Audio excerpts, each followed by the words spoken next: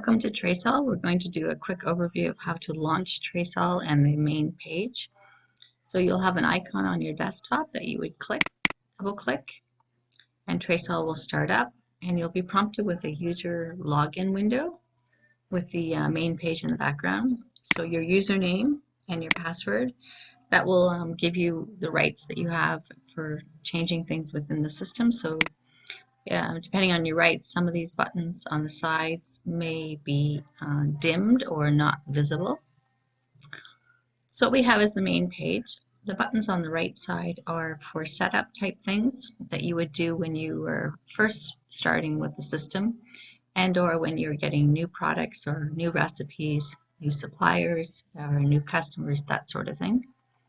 Buttons on the left hand side are for your day-to-day functioning, like receiving goods, recording some production, making orders, checking on your inventory, and if you have the scheduling feature, you can look at the schedule.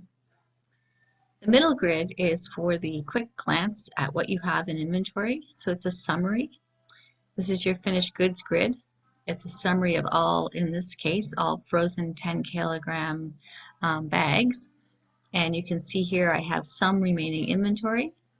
And because I have inventory, I could create a quick order. If I had orders out there with no inventory, you would see the orders and that there's quantity not picked and what you need to make. If you have the costing feature, you'll see some costing for your products. So occasionally you'll need to go in and do an update cost to let your costs flow through the system when you have new raw materials received. The work in progress are things that you can't sell and are not inventory, so they're going to be used to make something else. Again, these are summaries. If you want to look at what that 4 trays is made up of, you could go into the inventory and look at that. You'll see that in another video. And this is our raw material summary.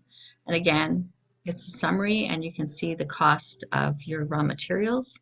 If this box is checked, that means that all the costs have been assigned to all raw materials received for that material. A few other things on this grid. If you were in inventory or you made production or received things, you could refresh. Click this button, it would refresh the grids. And let's see, this is your current user who's currently signed on. Set printers and areas. So if you have more than one printer defined for your system, you can select what your raw material printer is. So if you're in a different part of the plant, you'd be able to say that your printer is the ones closest to you, for example. And whether you not have some specific storage areas when you make something or when you have rework. The internal product display location is just whether or not the description is to the left or the right for sorting. That's totally up to you. You can click on that. And then up here we have another menu that would allow you to basically close, in this case, operations. It's another way of getting to these buttons here. So if you're on another page in the system, the same menu will appear, and it's another way of you getting to that page. Or you can always hit a return to main page. It brings you back here. For setup, these are the same buttons as over here, a quick way of getting to them when you're on a different page. Database utilities, if you need to back up your database or restore because you've had an issue and you need to roll back to yesterday, you can do that. Or if you lost your server and it's had a hardware issue, then you can restore.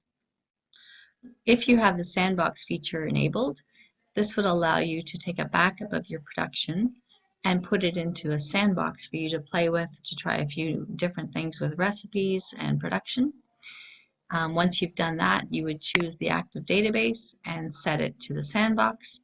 So the next time you start up your TraceAll on your machine, it will start up with a sandbox with a yellow background. We'll see that in another video in a full example. There are some application help in the system. It is a little outdated, but you can still see a few things in there, and that's why we're doing these videos. About Us just kind of says what your version is and how to contact us. And license info, every year you'll have to have a new license, but you don't need to do that today. And useful links, if you are a Canadian, you might want to go to the CFIA webpage to find out, oh, I don't have an internet connection, sorry. But yes, you can see how those would be guide you to some important pages.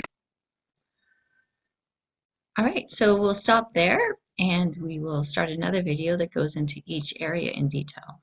Thank you.